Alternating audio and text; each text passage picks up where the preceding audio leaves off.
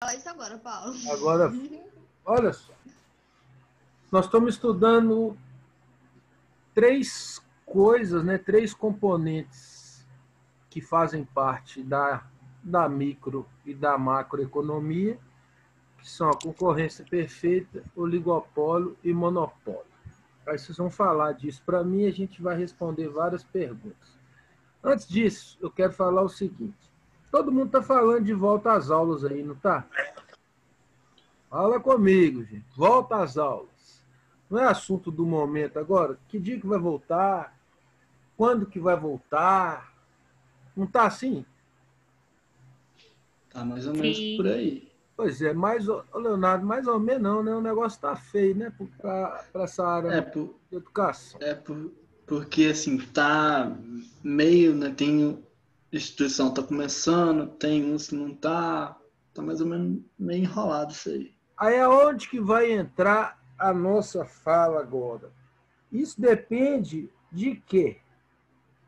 As aulas dependem de quê para voltar? De autorização, vão para a parte legal, de autorização, de município, aquele monte de coisa que a gente está vendo aí. E são as decisões hierárquicas que vêm de cima. Onde que a economia entra nisso? Fala para mim. Por enquanto, todo mundo. Onde que a economia entra nessa decisão aí? Nos dois contextos, né? A economia, gente, ela entra em todos os contextos operacionais dessa decisão que eu perguntei para vocês aí. A economia está sendo afetada com a não presencialidade de nós, né? Também sou aluno ainda, de nós alunos nas instituições de ensino. Fala comigo. De certa forma, não. Hã? Sim. Tá cortando. Fala de novo, Ana Luísa, por favor. Eu acho que no caso mesmo, já teve uma outra redução no valor das mensalidades. Eu acho que travou. Voltou de novo. Voltou, Paulo. Voltou. Você acha o quê? Fala para mim, Vitória, que você está falando?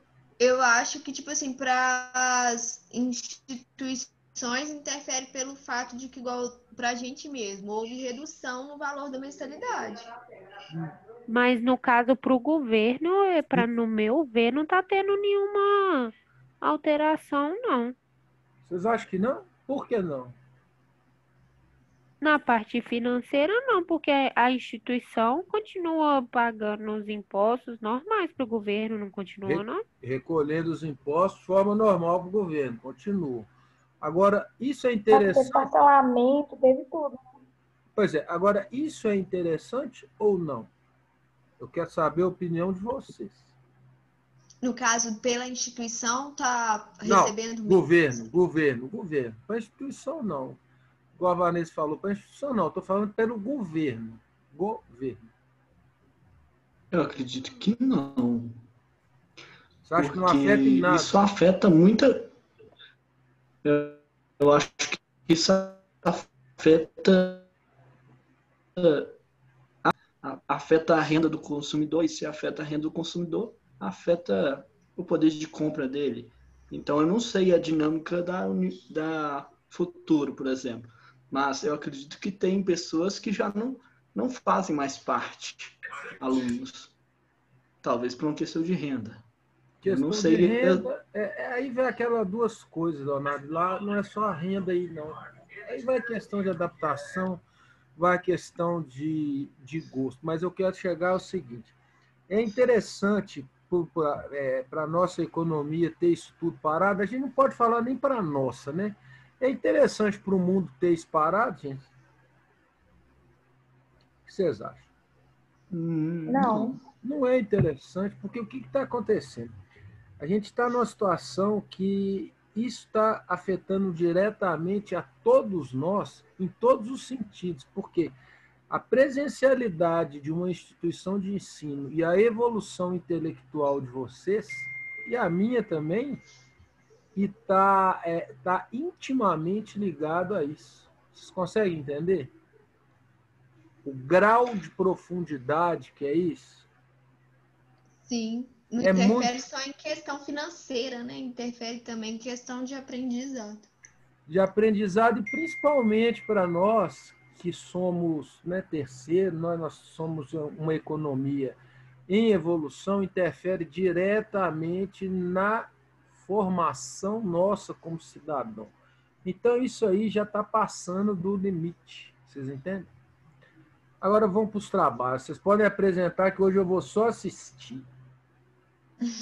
Pode começar aí. Quem vai começar? Oi? Quem? Qual grupo vai começar primeiro? Vocês que mandam. Hoje eu sou aqui, eu vou ficar só vendo.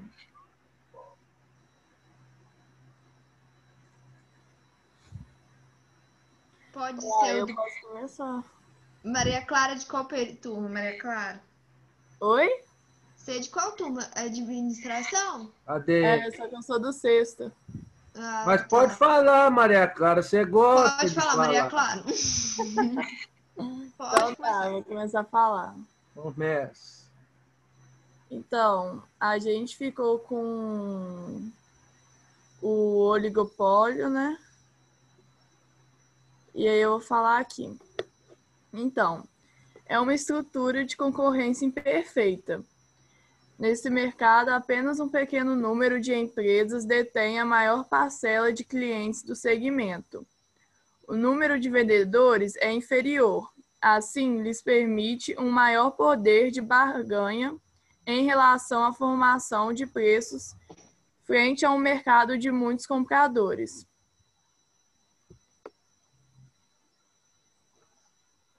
E aí? Hã? E aí?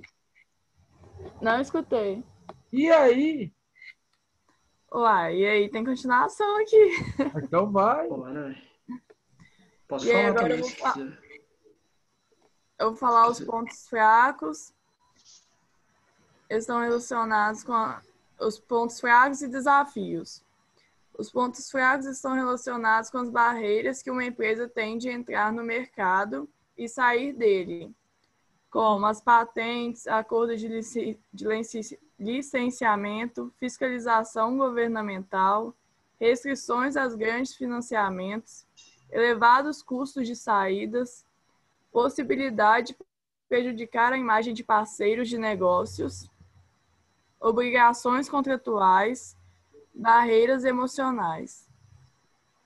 Os pontos fortes. Pera. O que é patente?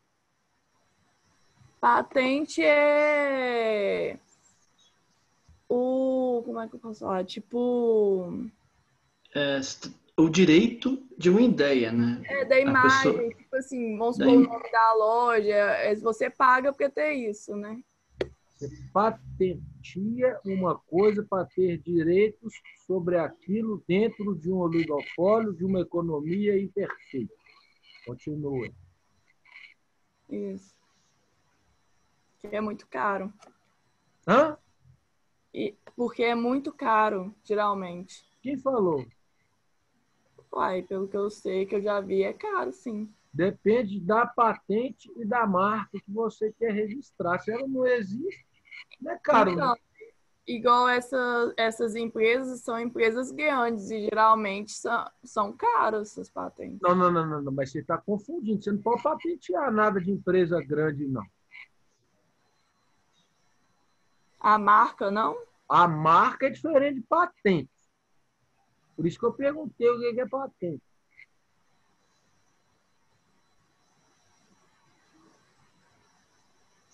Continua. Fala, Leonardo. Fala comigo. Você tem que conversar comigo. Vou falar dos pontos fortes, que é o poder de barganha. E cada empresa tem que considerar os comportamentos e as reações das outras quando toma decisão de mercado. Exemplo.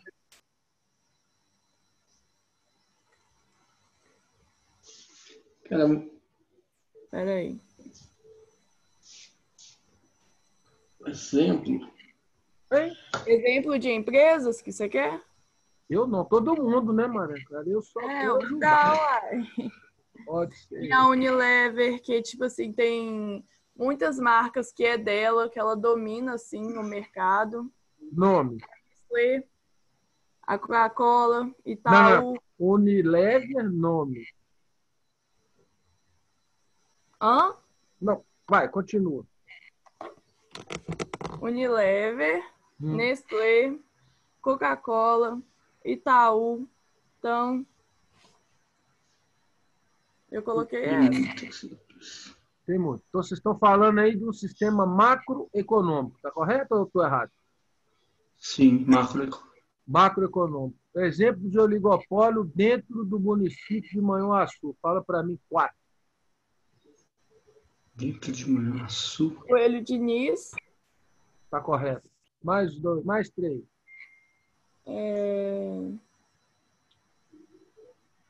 Tem o mercado de café, né? Só que eu não sei o nome das empresas aí. Tem oligopólio de café aí, gente? Fala comigo, gente. Tem oligopólio em Manhuaçu? Fala comigo. O Café Salomão. Isso. É oligopólio, Café Salomão, gente? Vamos lá. Vamos pensar junto. O Café Salomão é micro ou macro? Ele é macro, porque ele já está até exportando e tal. Está correta a informação. Isso mesmo. Então já não está mais na concorrência perfeita. Já atinge o mercado daí com os mercados dos outros estados e fora do Brasil. Está correto. Ah, também tem aquela empresa de sabor que faz aqueles temperos, A sabe? Sabor Condimentos. Também é. Tem uma famosa aí. Gulositos. Isso, a pipoca. Famosa. E Sei mesmo. Acho que a de Budinho também é daí, não é? Qual? Não entendi esse nome aí que você falou, Leonardo. Repete para mim, por favor. A de Budinho, não. É Não é Santana essa do não. Manhuaçu. Essa não é não. Essa não é Eu confundi. importância. Mas fala para mim mais, Maria Clara. Em Manhuaçu? É. Mas eu não moro em Manhuaçu, tal. Você mora onde? Você me Eu falou moro em aqui. Jequitibá. Alto de Jequitibá. Então fala de oligopólio que tem aí no Alto de Jequitibá para mim. Ou se não tem, ou se tem. Tem a Presente Cicia, o Azevedo. Pois é, então tem. Tem. O que mais? Você falou? Eu esqueci as outras duas. Cara, Presente Cicia e Azevedo. ô Paula, a gente esqueceu de um detetive. Cara, toda cidade tem muitos, né? A gente tem instituição bancária em toda cidade, ué.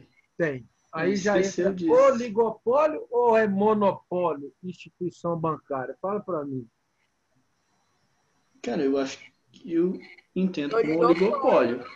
Porque são várias grandes que dominam o mercado, né?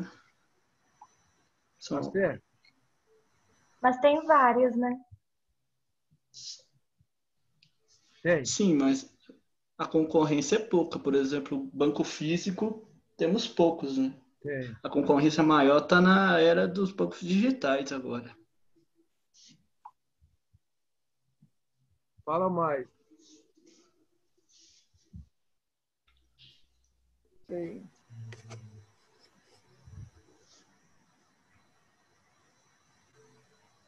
Tô esperando, gente. Vocês têm que falar comigo.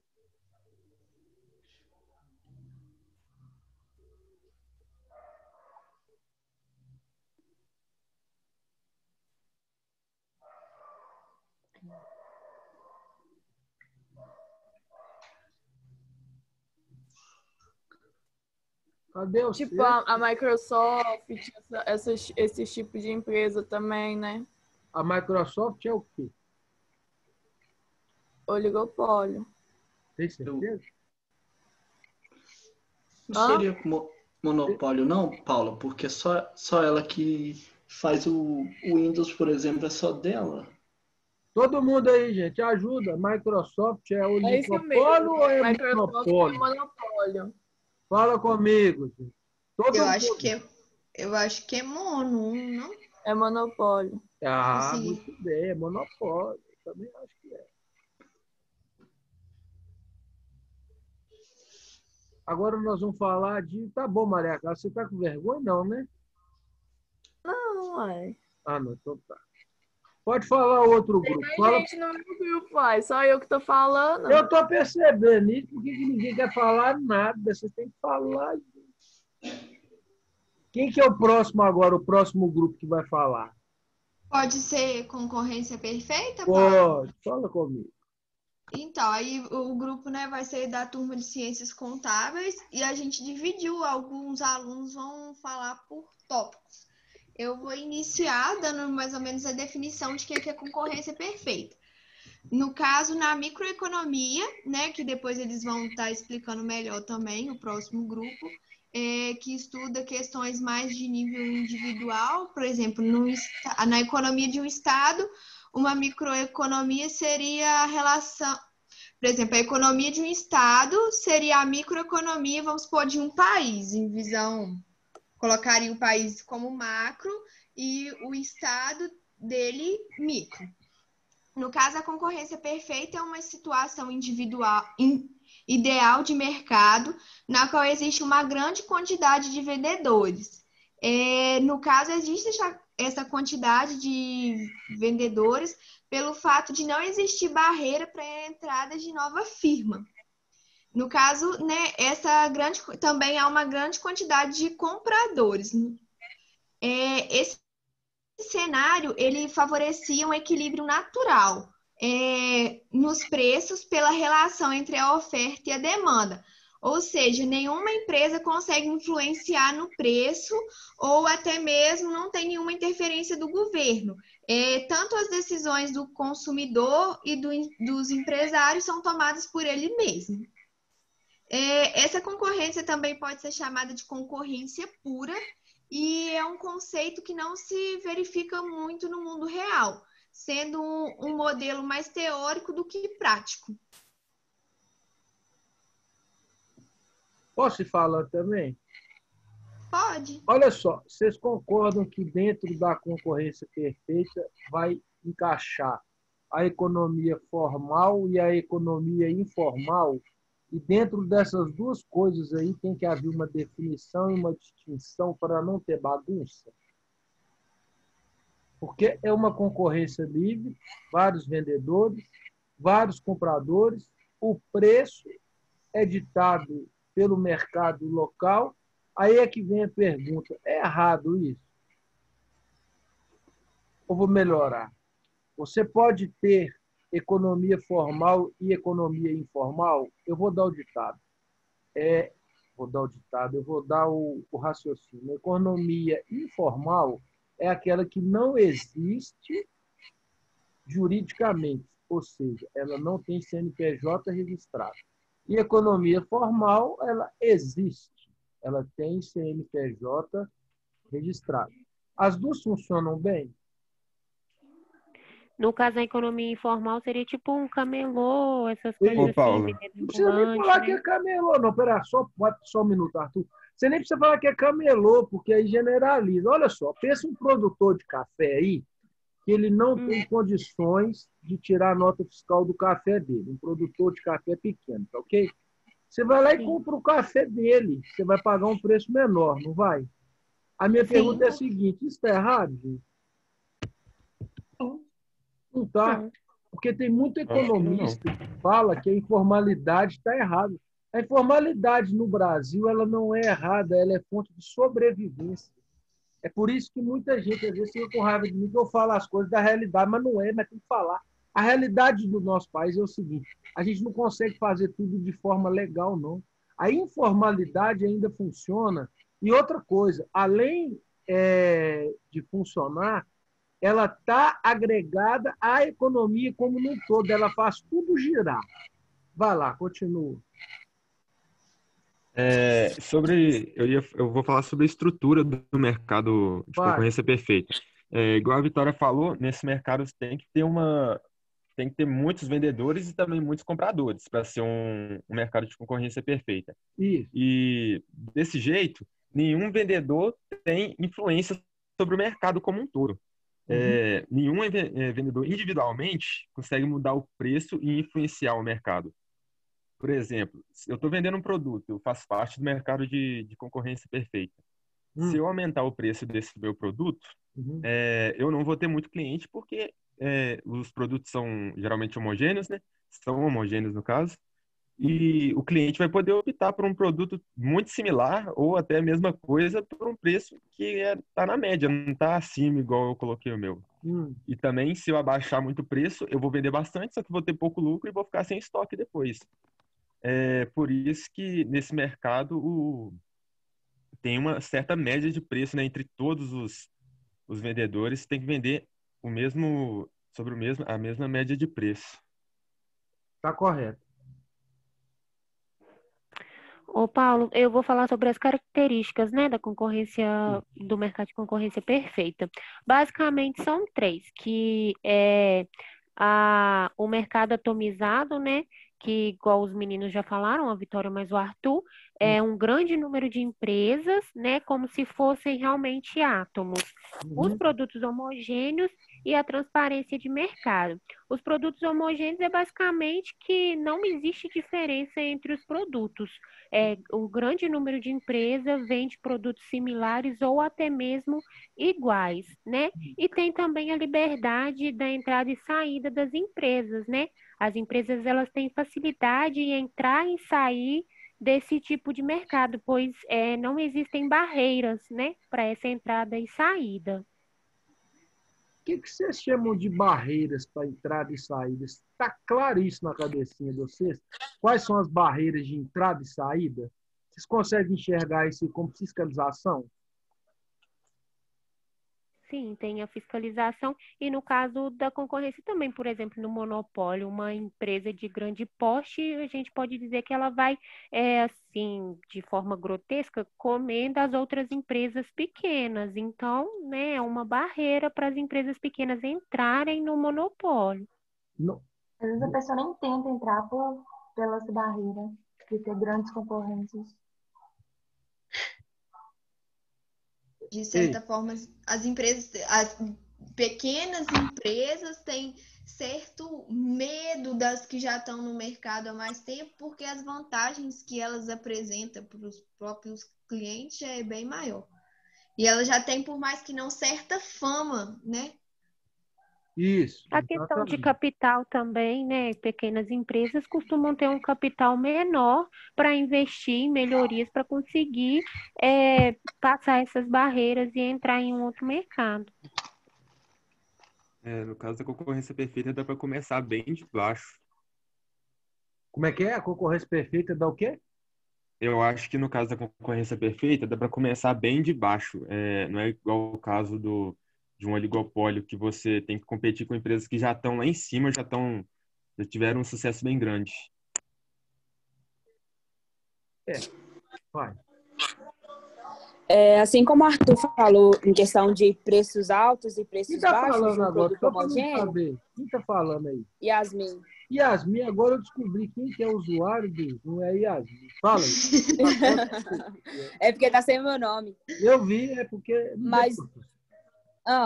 Pode falar. Beleza. Eu vou citar o exemplo de um produto que todo mundo conhece, que eu acho que vai ficar mais fácil de entender. O açúcar, que a gente consome em casa. Ele se encaixa perfeitamente como um modelo de concorrência perfeita. Ele sendo um produto homogêneo, ele pode ser explorado por qualquer um que esteja disposto a investir. E existe uma grande quantidade de produtores que trabalham, né, com açúcar, e existe também uma grande quantidade de consumidor que vai consumir o produto. Então, isso tudo, esses fatos, permite que o preço do produto estabiliza e que tenha um certo equilíbrio entre as marcas, né? Porque, assim, a gente sabe que existem diferentes marcas de açúcar, mas o preço entre elas não são muito diferentes. Mantém um equilíbrio, né? Então, assim, se, por exemplo, a Cristal, que é uma marca de açúcar que todo mundo conhece, né? Se a Cristal, a empresa da Cristal, decide aumentar o preço da açúcar, ela vai perder uma grande parte de demanda, né? Procura. Porque o consumidor sabe que existem outras marcas de açúcar. Então, a gente vai preferir pegar uma açúcar que tem um valor menor, sabendo que também é açúcar, né? E se a Cristal também decidir, por exemplo, diminuir o preço da açúcar, ela vai ser prejudicada, porque, assim, a margem de lucro dela não vai ser o mesmo. Porque ela vai vender o estoque dela todo, outras empresas vão ter açúcar para fornecer, né? Então, assim, se abaixando o preço, não vai conseguir se sustentar a longo prazo. Não sei se dá para entender falando assim. Mas, enfim, então, a açúcar seria um exemplo, né? De uma Sal concorrência também perfeita. podia ser o mesmo exemplo do açúcar. Sim. Ótimo. Isso que é importante. Podia. Pode continuar. Ô, Paulo, Fala comigo, Ana. eu vou falar sobre um outro exemplo que comenta sobre o mercado de hortifruti granjeiros. Se trata de um mercado de atividades que são exercidas em hortas, granjas. É um mercado é um mercado muito amplo e que as mercadorias são muito homogêneas. Tem grandes empresas e muitos fornecedores. E a questão deles, por exemplo, se você quiser montar uma feira com várias frutas. Oi? Feira que você falou? Por exemplo, se você quiser montar uma feira, entendeu? E quiser colocar sacolão, várias... Né? Oi? É a mesma coisa que sacolão. Isso. Tá. Então, por exemplo, se você for num fornecedor, comprar um tanto de batatas com ele e um tanto de batatas com outro, e colocar num balcão, muitas vezes você não vai nem perceber a diferença. Por ser um mercado muito amplo e muito igual, dependendo dos fornecedores, do modo que é feito, você não vai nem perceber a diferença. E é um mercado muito bom porque não há barreira mesmo. Porque se você quiser aprender a plantar batata, por exemplo, para poder estar vendendo, é uma coisa que você vai aprender muito rápido. Se você pesquisar no YouTube, é capaz de ter para poder aprender. Então, é um mercado muito... Oi? Desculpa, pode continuar. Não, então é um mercado muito, muito amplo que não tem nada que te impeça de fazer, entendeu? Entendi. Agora, nesse exemplo que você me deu, Vanessa, da feira, e que eu chamei de sacolão, não foi? Uhum. Tem que ter nota para vender o produto ou não? Então, que eu saiba na feira eu nunca ouvi falar sobre nota fiscal, não. Não, é lógico que seria certo, mas não é todo mundo que para vender para os outros, eles não usam nota fiscal, não. Eu não sei, assim, para comprar do fornecedor. Mas geralmente quem tem feira planta em casa mesmo. Quem tem feira ou quem tem sacolão? Geralmente quem vende na feira, por exemplo, aqui em Manhuaçu, são Aí vários Manhuaçu é lá perto da produtores. igreja, não é isso? Aquele negócio branco assim que tem lá dentro. É isso mesmo. Aqui são vários produtores, ou seja, eles mesmos produzem, né, na roça, no pedaço de terra e vendem. Então, ao meu ver, não precisa de nota fiscal naquele local ali, não. Então, vou pegar. Aqui em Esfera Feliz também é assim, tipo assim, todo sábado os produtores rurais que são credenciados pelo sindicato... Aí já mudou, tem credenciamento no sindicato. Eu acho que aqui... Eu acho que nota fiscal não, mas eles pagam, eu creio que algum tipo de imposto, alguma porcentagem por aquilo eles pagam. Aí eles vão e montam em frente aqui a igreja e a prefeitura, que é a praça principal assim da cidade, e vendem lá. O que eu quero que vocês entendam é o seguinte, esse tipo de feira que quem falou foi a Yasmin ou que a Vanessa falou anteriormente, é a economia informal. Não precisa mesmo, não. O cara vai lá no distribuidor, compra a batata dele, o que foi, e vende. Tá ok, é importante. Não tem arrecadação de imposto aí, mas pode sofrer com a fiscalização. Esse exemplo que a Vitória acabou de falar aí já é cooperativa. A cooperativa paga o imposto para arrecadação estadual. Beleza, também não tem problema. Aí é que eu quero que vocês entendam que nós estamos lidando com duas economias dentro da concorrência perfeita, que é a economia formal e a economia informal. Vocês querem ver outro exemplo? Vocês falaram para mim aí do Coelho Diniz, não falaram? Fala Sim. comigo, gente. Vocês falaram comigo Sim. do Coelho Diniz. O Coelho Diniz não é grande? Sim. Sim. Ótimo. Lá dentro do Coelho Diniz, eu posso falar para vocês que estão à feira lá dentro? Lá tem uma feira, não tem? Lá vende batata, lá vende maçã, lá vende todos os hortifrutos granjeiros que vocês me citaram aí, lá vende, não vende? Vende sim. Sim. Aí Ô, gente, Só que lá não é informal, né? só para me exato. entender, Aí, porque eu sou aí de... é o que acontece. Aí é que, dentro do que vocês falaram na teoria aí, são as barreiras.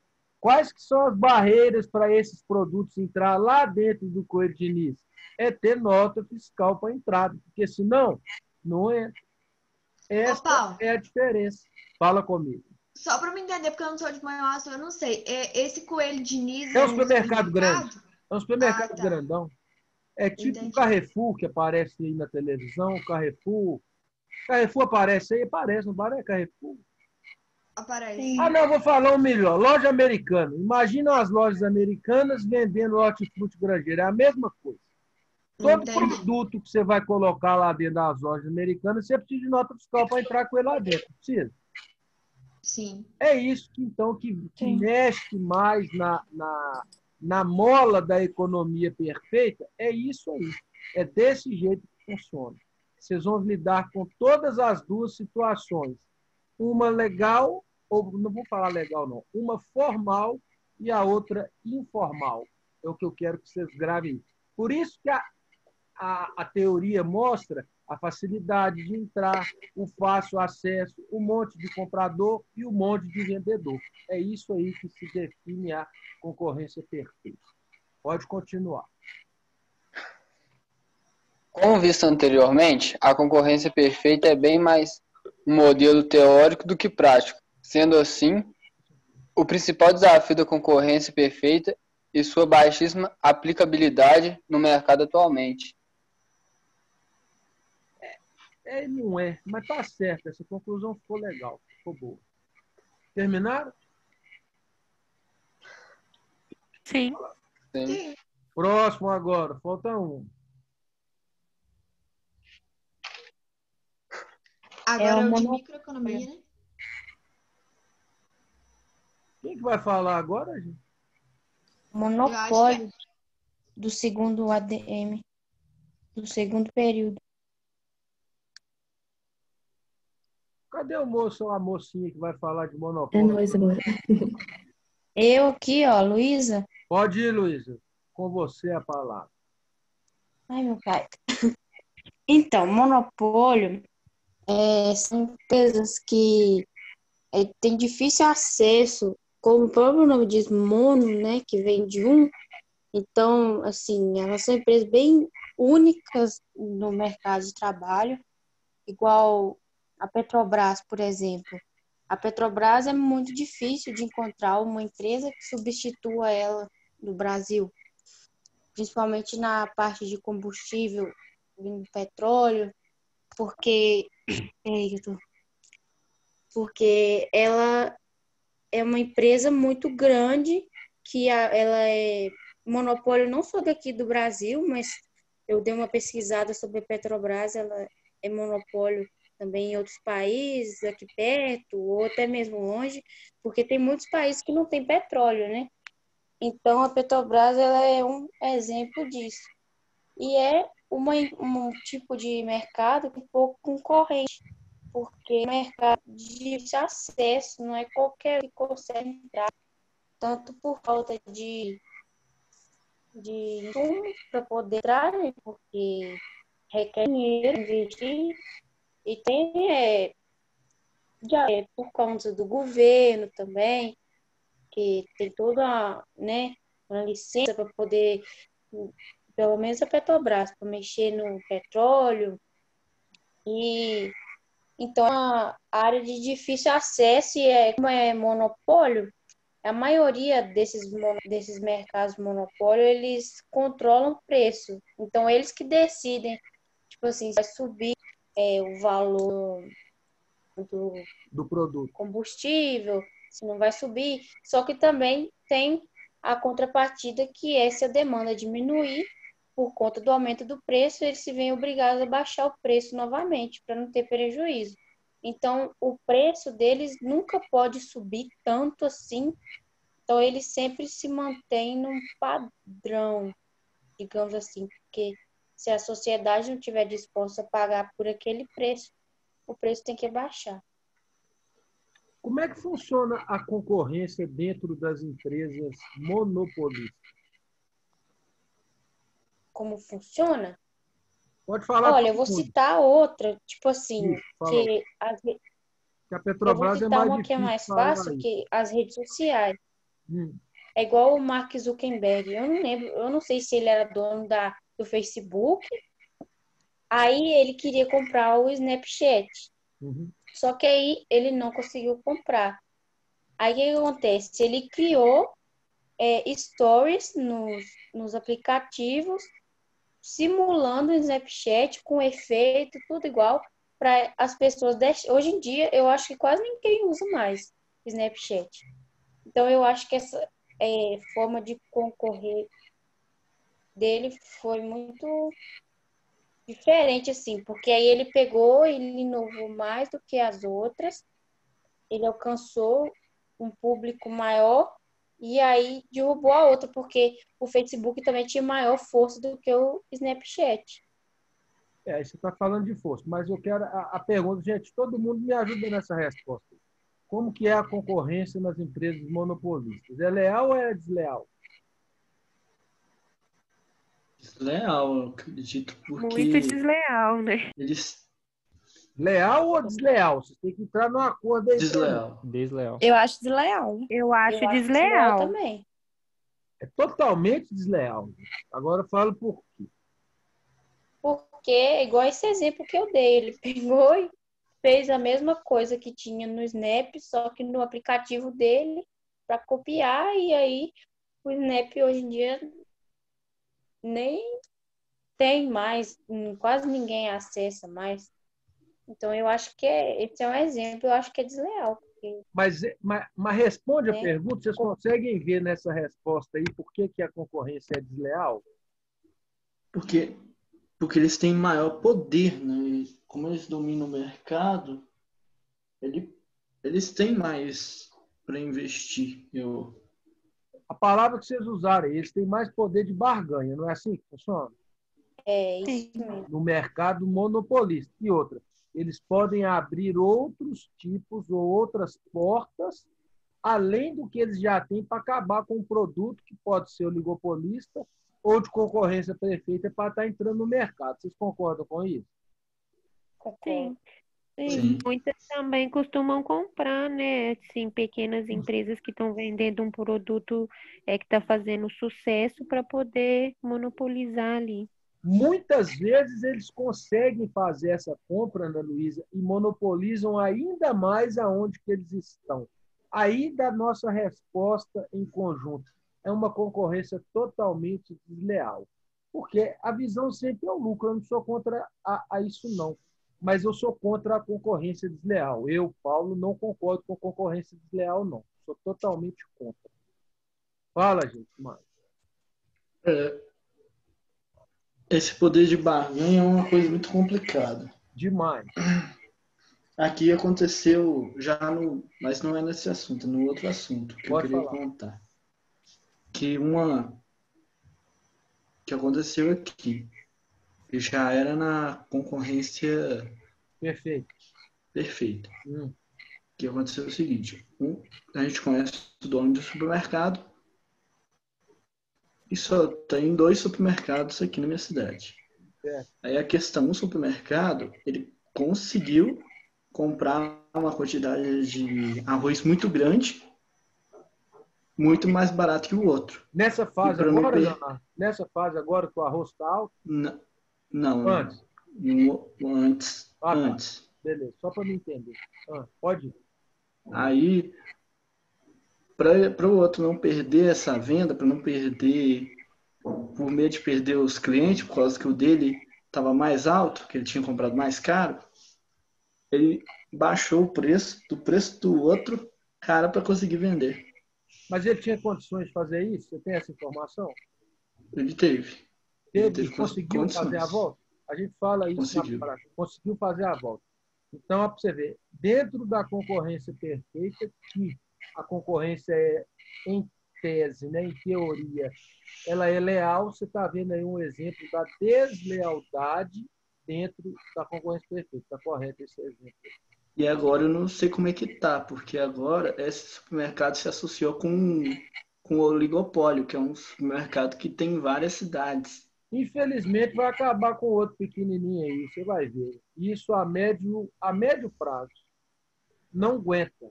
Infelizmente, não aguenta. Vocês vão ver. Nesse caso Aqui em específico aí... Manhuaçu, Manhuaçu, qual supermercado? aqui em Manhuaçu aconteceu isso com um também, era chamada Mercearia do Carlinho. Ele tinha um na ponte da aldeia e abriu um cá embaixo, né? Mas aí ele acabou quebrando também. Acabaram. Aí agora entrou outro, né? Que é o Miranda no lugar dele, mas aconteceu isso com a Mercearia do Carlinho também. É porque não consegue, gente, segurar preço. Infelizmente, o preço hoje, quem não consegue segurar preço, até esse caso que o Leonardo falou, assim, é um caso muito bacana de que ele conseguiu reverter. Agora, na maioria das vezes, não consegue segurar preço, não. Não tem jeito. Paulo, nesse caso acontece porque essas redes de supermercado conseguem valor mais em conta, não conseguem? É porque compram quantidade. Como é que funciona a compra em supermercado? Eles compram quantidade para distribuírem entre os polos que ele tem. Polos é tipo aí. É tipo você pegar, ele compra uma carga fechada, um container fechado, tudo e vai distribuindo para as filiais. Por isso você não consegue bater preço deles de forma alguma. É muito... Tipo aquela rede Y, não é isso? Exatamente aquilo lá que acontece. É isso aí. É esse aí o grande problema da... Não é problema, né? É a grande sobrevivência do mercado hoje, está baseado nessa flutuação das coisas aí. Então, para se for ver a questão mais desse oligopólio, Oligopólio. A questão, então, é mais essa aí, dos maiores conseguir um preço melhor nos produtos, né? E sempre com a intenção de acabar com os menores. Uhum. Eles não conseguem ver isso como concorrência. Eles querem simplesmente serem donos do mercado. Dominar mesmo, né? Exatamente. Isso aí funciona. Isso aí é a única coisa que eu ainda concordo, que é teoria e prática junto. Isso é fato. Aí, no caso, ele viraria monopólio também, né? A tendência do oligopolista, dependendo do nicho de mercado, é virar monopolista. É uma tendência. Inclusive das outras empresas que fazem parte, de comprar elas. É uma tendência de monopolizar. Sim. Aí vai segmento, né? Vai o tipo de serviço, mas a tendência é comprar de todos e ficar na mão de uma pessoa só. Isso é tendência de mercado. Também está correto esse raciocínio. É igual o caso que eu falei do dono do Facebook. Hoje em dia ele é dono do Instagram, ele é dono do WhatsApp, ele é dono de um monte de é um símbolozinho lá que parece que eu nem sei o que é. Não é? Tem diferente.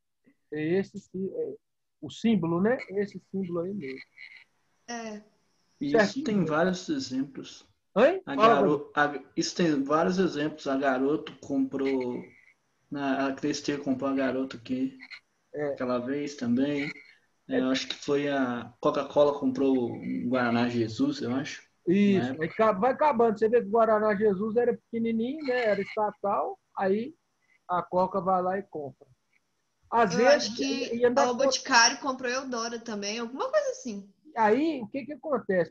Pega esse exemplo da Boticário e Eudora aí. Dependendo da política interna, às vezes eles acabam até com a outra marca e deixam só o Boticário. Às vezes nem é interessante usar a Eudora, né, nesse exemplo aí, para não criar concorrência, mesmo comprando. Vocês verem como é que funciona, como é que o mercado, quando fala assim que o mercado mexe, né, a economia vive em movimento, é nesse ponto aí que eles falam de tudo isso aí. Certinho? Fala, Outro ponto Mike. interessante, Fala, também demais, é aquela questão de fusão. Cara, acontece. isso E é acaba com o permitido. mercado. Fusão funciona e é permitido. Mas no caso da fusão, dependendo do segmento, não é ruim, não. É até bom para a economia, dependendo do tamanho, né? Tudo vai depender do tamanho, do planejamento e do planejamento estratégico. Sempre esses dois pontos aí. Certinho, gente? Ficou alguma dúvida nessas três coisas? Ô, Paula, essa questão de fusão, teria como você explicar? Fiquei meio perdida. Fusão é quando uma empresa funde junto com a outra. Elas ajuntam no mesmo segmento. Por exemplo, Ah, tá. Vira uma só. isso.